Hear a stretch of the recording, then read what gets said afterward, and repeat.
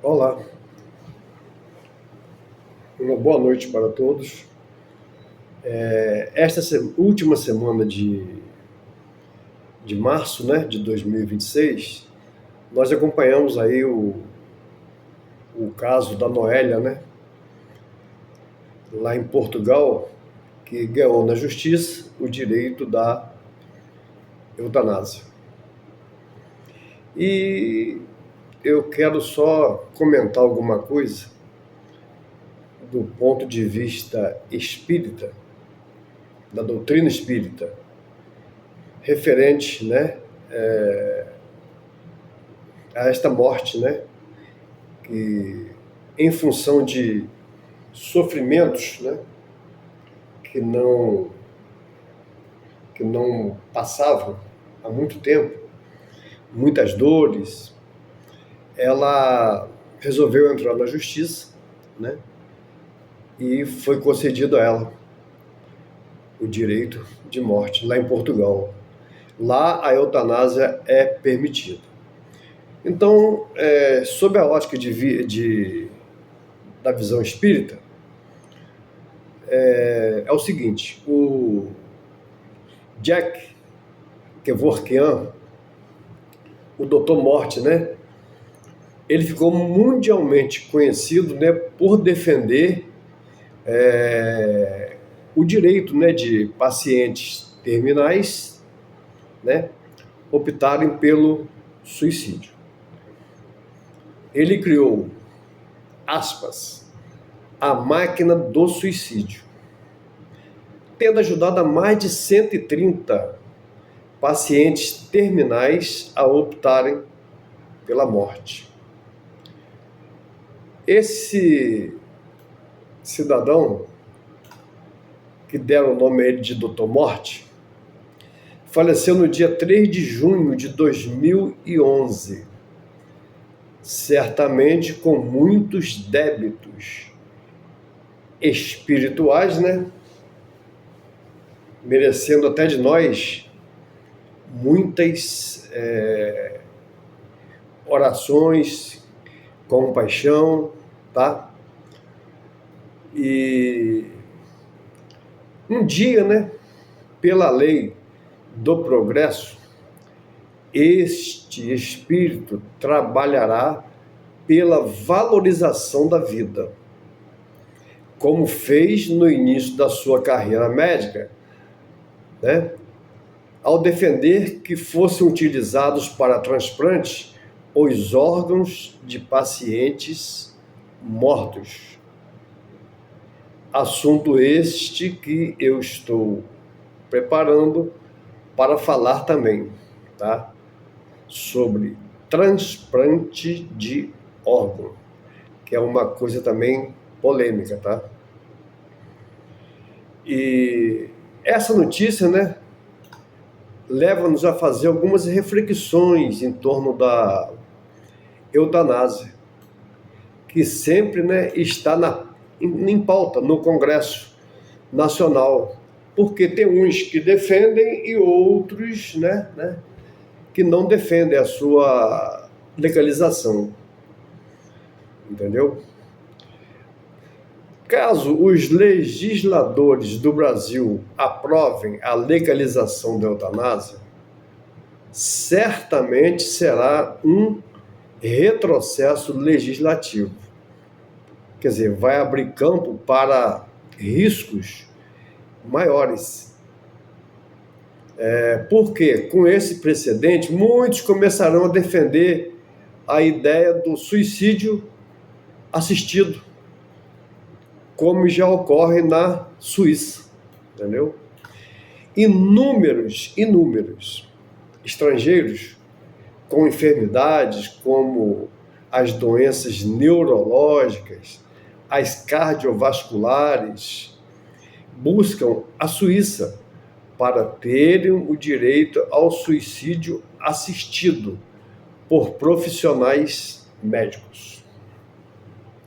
Esse fenômeno ficou conhecido como o turismo do suicídio. Se vai fazer turismo, chega lá, aproveita, suicida. e já tendo gerado até algumas reportagens aí na mídia. Na eutanásia, né, é o médico que ministra os fármacos letais, ao passo que no suicídio assistido é o próprio paciente que, ao apertar um botão, permite que os fármacos invadam seu organismo, levando-o à morte. A visão da doutrina espírita em torno dessas questões é valiosa, porque nos ensina que somos corpo, espírito e corpo, e que a vida tem um sentido ético, moral. Entenderam? E proporcionando a evolução do espírito, etapa a etapa, através da lei divina da reencarnação, de forma que, né, as situações adversas, né, essas situações aí, vêm ser enfrentada com dignidade, resignação e fé, o que proporcionará imenso aprendizado ao espírito. Em outras palavras, né? Nós estamos aqui no planeta Terra a fim de nos aprimorarmos. Tá? Aqui é uma escola. Nós estamos em uma escola. Nossa morada é o mundo espiritual. Uns falam espírito, outros falam alma. É a mesma coisa. Entendeu? Então, quando nós viemos aqui para a Terra, fato que a doutrina espírita chama de reencarnação, nós viemos com o intuito de estudar nessa faculdade. E tem os períodos, e tem as fases. Não existe um que está aqui na Terra que nunca sofreu nada. Só a dor para nos levar a compreender como é que devemos nos evoluir. Entendeu? Voltando ao assunto. Então, a eutanásia significa antecipar a morte de um paciente terminal com uma doença incurável, com o objetivo de poupá-lo de um sofrimento desnecessário e muitas vezes cruel e doloroso. Ora, se ele está no primeiro período dessa faculdade, no segundo, no terceiro, e ali é cometido a eutanásia, simplesmente ele vai perder de ano.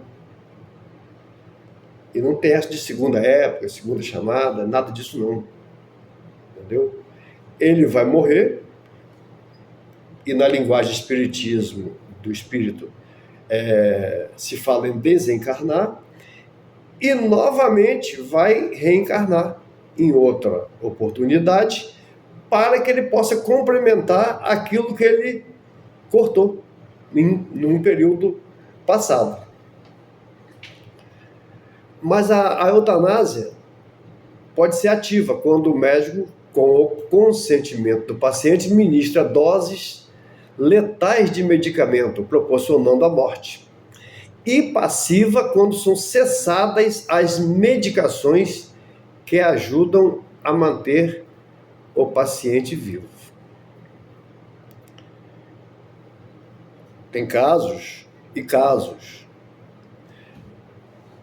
Tem casos que não é eutanásia. Você está com um paciente, um pai, uma mãe, um irmão, um filho, quem for, está no hospital e o corpo físico não suporta mais. Vai a falência dos rins, falência múltipla de órgãos, né? Então só fica aumentando a dosagem de remédio, aí vai chegar um ponto que nem essa dosagem de remédio vai resolver, aí depois vai para outra situação, hemodiálise, e a pessoa está em coma. Então, geralmente é chamado a família, né, para conversar e explicar. Não é cometido eutanásia, porém as doses de medicamentos, né, são estacionados. Não é aumentada a dose. Então a pessoa morre normalmente. Mas voltando, à luz do Espiritismo, estes momentos finais da vida física, ainda que com a presença do sofrimento, podem levar o espírito ao arrependimento e consequentes reflexões em torno de questões importantes da vida, fazendo com que retorne ao mundo espiritual num outro clima mental, o que, muitas vezes, lhe poupa sofrimentos e remorsos na pátria espiritual. Muitas vezes o doente incurável, que necessita da ajuda alheia, reflete sobre a importância da humildade, porque está no momento dependendo do socorro externo. Nessa mesma condição, quantos não amadurecerão a paciência e a resignação, que são virtudes significativas para o processo evolutivo. Então, vimos aqui que a paciência e a resignação são virtudes significativas para o processo evolutivo. Quantos, num leito de hospital, né, vão rever conceitos, né, e desejarão se reconciliar com antigos desafetos, poderão dialogar com alguns familiares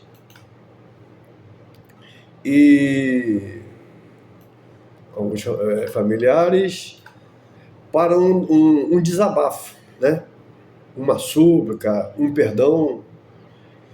Anote que o corpo debilitado está muitas vezes inconsciente, mas o espírito ligado ao corpo, né, molécula a molécula, está lúcido e registrando todas as ocorrências do meio, o que poderá induzi-la a novas posturas mentais.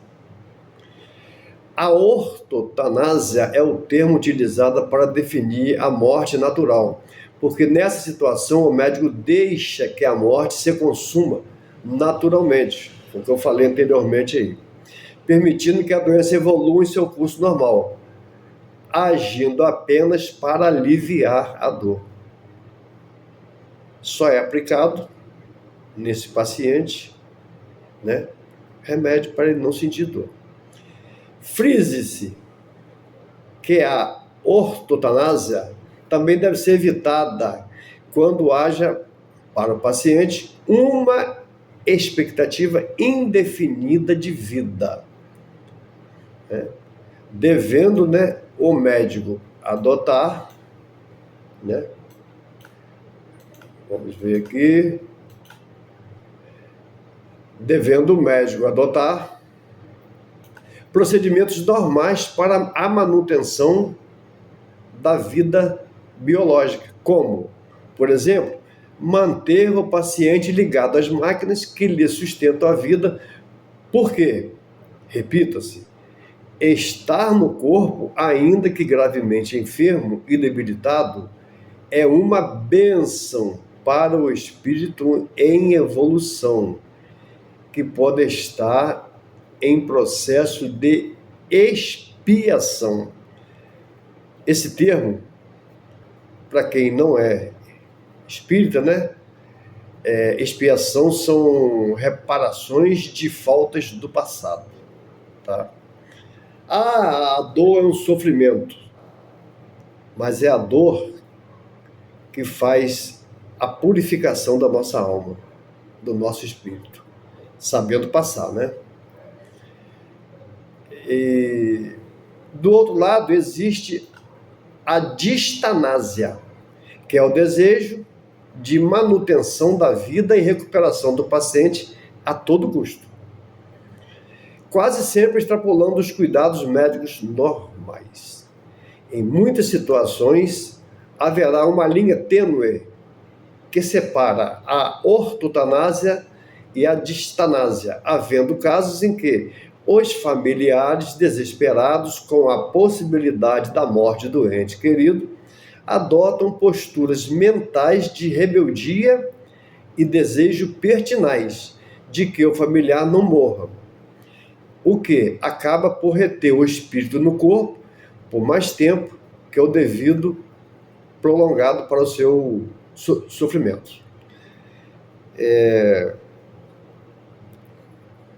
Tem gente, né, que está no leito há muito tempo e o apego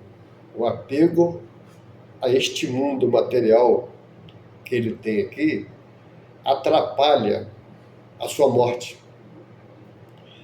Ele tem aquele pingo de vida, mas está ali agarrado. Eu já ouvi várias pessoas, né, orar e até falar com o paciente mesmo. Se você perceber que não tem jeito, deixa a coisa acontecer normalmente. Por isso, muitas vezes, ocorre a chamada melhora da morte, aquela em que o paciente tem uma melhora no seu quadro clínico e os familiares voltam às suas casas para um descanso físico e mental, dando-se, logo depois, a desencarnação do ente querido, que teve uma trégua dos apelos mentais dos familiares. Então, a título de exemplo, eu cito a história de Ana Belleville, que consta do capítulo 3 da segunda parte da obra, de um livro, né? O Céu e o Inferno. Foi Allan Kardec que escreveu. Esse espírito, ele narra que estava enfermo, mas não queria abandonar o corpo, porque desejava viver para os filhos, o que gerou o prolongamento da vida física e, por consequência, do seu sofrimento. Diante da visão espírita, que trata não apenas dos aspectos físicos, mas também do ser imortal, o espírito que sobrevive à morte biológica parece-nos plausível, que havendo uma expectativa indefinida de vida. Isto é, os médicos não sabem quanto tempo de vida terá o paciente incurável. Podemos ser de algumas semanas, vários meses e anos, né? Devemos optar pela manutenção da vida física, com os respectivos cuidados médicos, jamais desligando os aparelhos que o mantêm vivo. Jamais desligando os aparelhos que o mantêm vivo.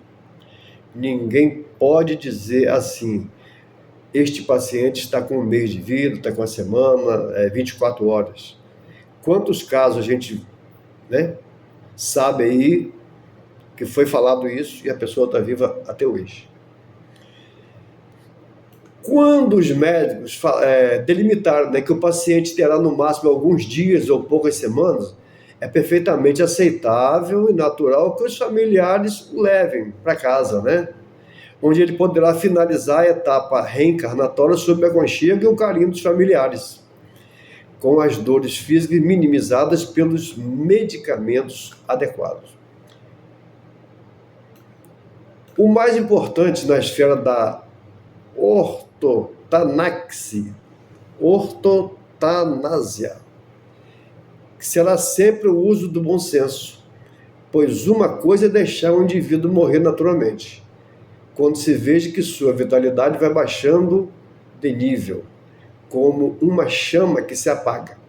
Outra situação, porém, será ver alguém sofrendo cruelmente, não lhe aplicar qualquer sedativo ou medicamento, deixando que morra em meio ao desespero ou à dor intensa.